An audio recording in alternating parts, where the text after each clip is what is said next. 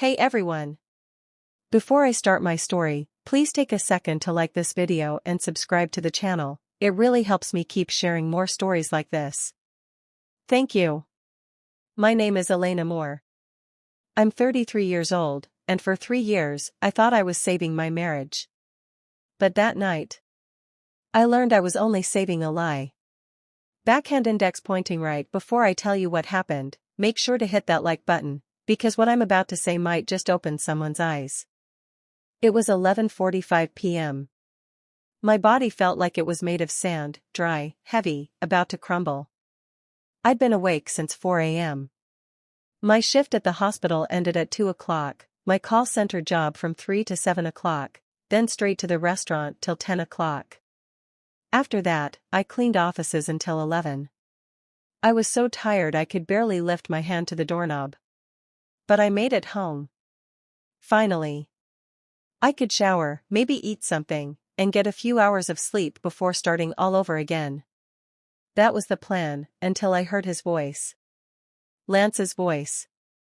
It drifted through the bedroom door, carefree, laughing, confident. The way he used to sound when I first fell for him. Before I knew who he really was. Man, I got it made, Lance said. And there were other voices, his friends, on speakerphone. You serious, bro? She works 4 jobs and you just chill? Pretty much, Lance laughed. She thinks we're getting out of debt together. She thinks we're a team. Laughter filled the room. That's cold, man. Cold? Nah. Smart, he replied. Then he said something that made my blood turn to ice. Why should I suffer? I got my own personal slave who thinks she's being a good wife. My hand slipped off the doorknob.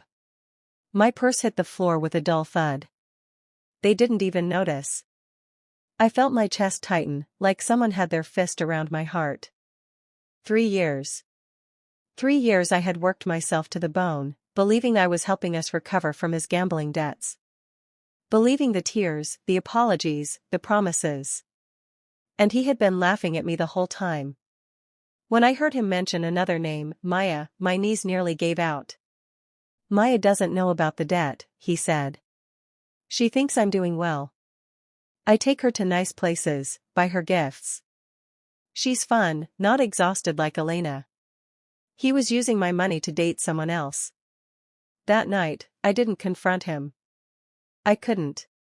I just backed away from the door, shaking, heartbroken, and quietly started planning. Because something inside me had changed forever. The next morning, I stared at the dishes in the sink. His dishes. Every plate, every fork, every cup, mine to clean. Just like always. But not anymore. I went into what Lance called his home office, a room he kept locked most of the time. Papers, bottles, receipts, and mess everywhere. I started digging. Under a pile of magazines, I found credit card statements. $18,000. $22,000. $7,500. Restaurants I'd never been to. Hotels. Jewelry stores. Maya. I start taking photos. Every single one. And with every picture, I felt my fear melt into something else, focus. I wasn't his slave. Not anymore. That night, I sat in the guest bathroom with my phone. I looked at our joint account, $900. My paycheck. $600 had already been transferred to his private account.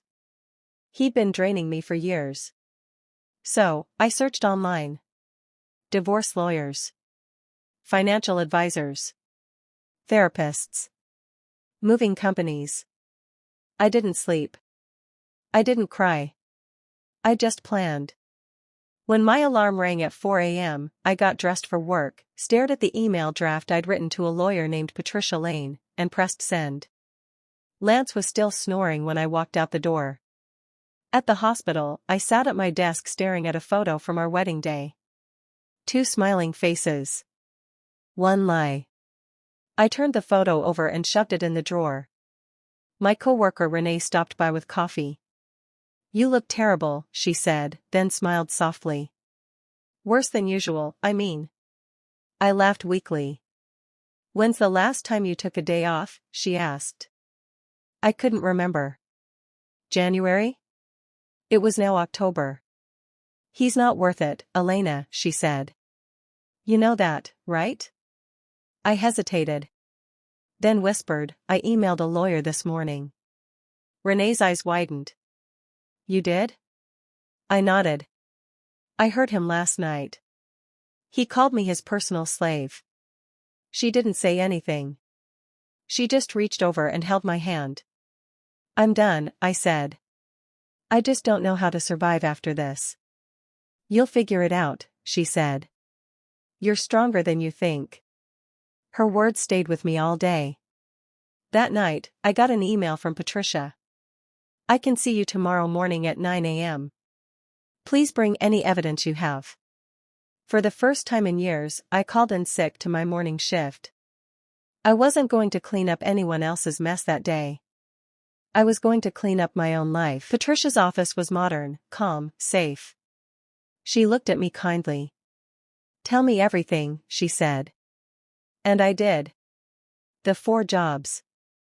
The lies. The mistress. The stolen money. She listened quietly, taking notes. When I finished, she said something that made me sit up straight. Elena, none of this is your fault. And legally, you're in a stronger position than you think. What do you mean? I asked. Did you sign anything?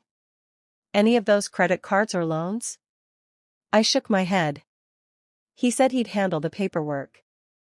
Then they're his debts, not yours, Patricia said firmly. You're not responsible. And if he's been using your joint money to fund another woman, that's financial infidelity. We can use that. My heart started racing. For the first time, not from fear, but from hope. What do I do now? I asked. Open a new bank account in your name only. Start depositing your paychecks there. Quietly. Don't tell him yet. I nodded. Gather evidence, she continued. Every text, every transfer, every receipt. You're building your freedom file. When I left that office, I wasn't the same person who had walked in. For the first time in years, I wasn't exhausted, I was awake. That night, Lance slept on the couch again, snoring, half drunk. I stood by the doorway, watching him, and wondered how I had ever loved this man. In the kitchen, I poured myself a cup of coffee, not for another long night of work, but for the start of my new life. I looked around at everything I had paid for, the furniture, the walls, the roof. It was all mine. And soon, he would learn what it felt like to lose everything he took for granted. When he woke up, I'd be gone. My clothes, my documents, my strength, all packed. By noon, my lawyer would file the papers. By evening, his bank accounts would be frozen. And by tomorrow, he'd realize his personal slave had just become his biggest nightmare. Because I wasn't his victim anymore. I was his lesson. If you discovered the person you loved was secretly using you, would you walk away quietly, or make them feel what you felt?